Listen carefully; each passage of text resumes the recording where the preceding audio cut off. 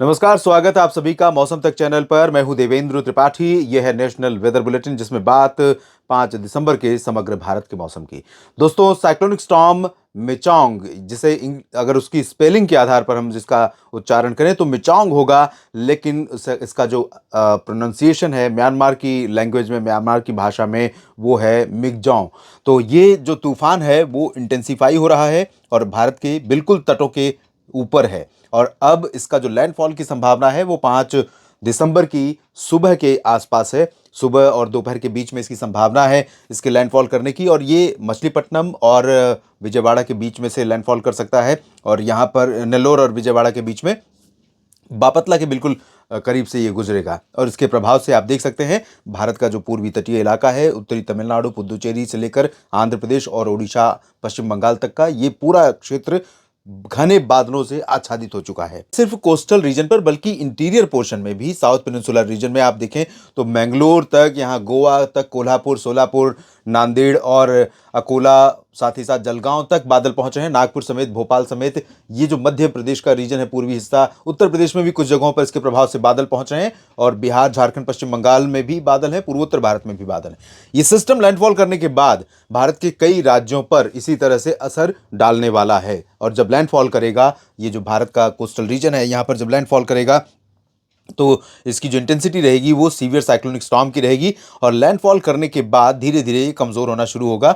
5 दिसंबर की दोपहर के बाद, यहाँ पर आने के बाद ये साइक्लोनिक स्टॉर्म बनेगा। उससे पहले ये सीवियर साइक्लोनिक स्टॉर्म यानी भीषण चक्रवाती तूफान रहेगा। और लैंडफॉल करने के बाद ये रहा आंध्र प्रदेश का तटीय हिस्सा। यहाँ से आप कीजिए, यहाँ से लैंडफॉल करने के बाद आंध्र प्रदेश को पार करेगा और ये ओडिशा की तरफ इस तरह से बढ़ जाएगा। तो इस दौरान जो आंध्र प्रदेश का तटीय हिस्सा है, ओडिशा का तटीय हिस्सा है, ये तो प्रभावित होंगे ही, साथ ही साथ तेलंगाना, महाराष्ट्र, छत्तीसगढ़ और बाकी राज्य भी प्रभावित होने वाले हैं। तो कहाँ पर किस तरह की बारिश इस परिदृश्य में होने की संभावना है, कहाँ पर तापमान गिरेगा, आइए जानते हैं। सबसे पहले इस तूफान के प्रभाव को जान लेते हैं। तो तूफान का प्रभाव जाहिर है कि आंध्र प्रदेश पर लैंडफॉल करेगा। तो यहाँ पर 5 दिसंबर को नेल्लोर से लेकर पूरा जो उत्तरी तटीय इलाका है, विशाखापत्तनम तक का, इन सभी भागों में अति भीषण बारिश होने की आशंका रहेगी।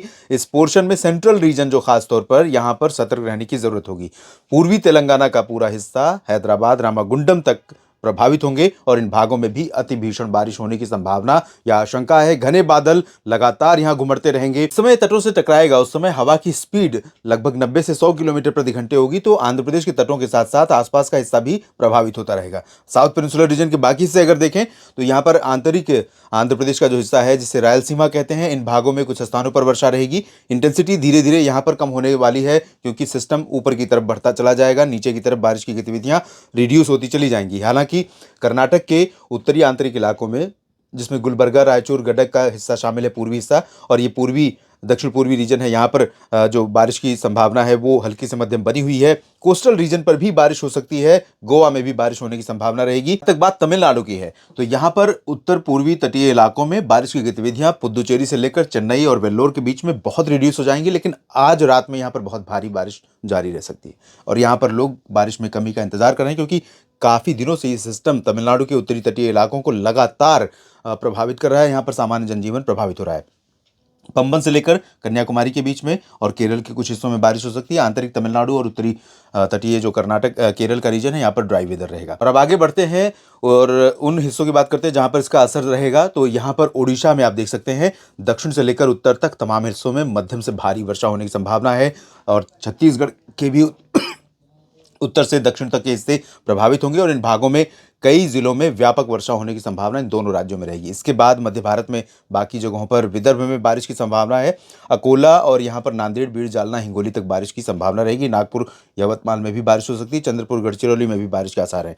संभाजीनगर, नंदुरबार, धुले, नासिक, जलगांव से लेकर सतारा और सिंधुदुर्ग से लेकर मुंबई समेत पालघर, यहाँ पर मुख्यतः शुष्क मौसम रहेगा, लेकिन बादल यहाँ पर भी पहुंचेंगे। कुछ इलाकों में थोड़ी बहुत बूंदाबांदी भी हो सकती है। मध्य प्रदेश में जो यहाँ गतिविधियां हो रही थी वो काफी रिड्यूस हो जाएंगी, लेकिन इसके बावजूद खजुराहो और पन्ना, सागर, सतना से लेकर टीकमगढ़, दतिया, भिंड, मुरैना, ग्वालियर और गुना, भोपाल तक, इन भागों में कुछ स्थानों पर बारिश की संभावना जो पिछली फ्रीक्वेंसी है या पिछली मॉइस्चर की कंटिन्यूटी है, जो जिसके प्रभाव से यहाँ बारिश हो रही थी, वो जारी रहेगी, लेकिन धीरे धीरे गतिविधियाँ बहुत कम हो जाएगी।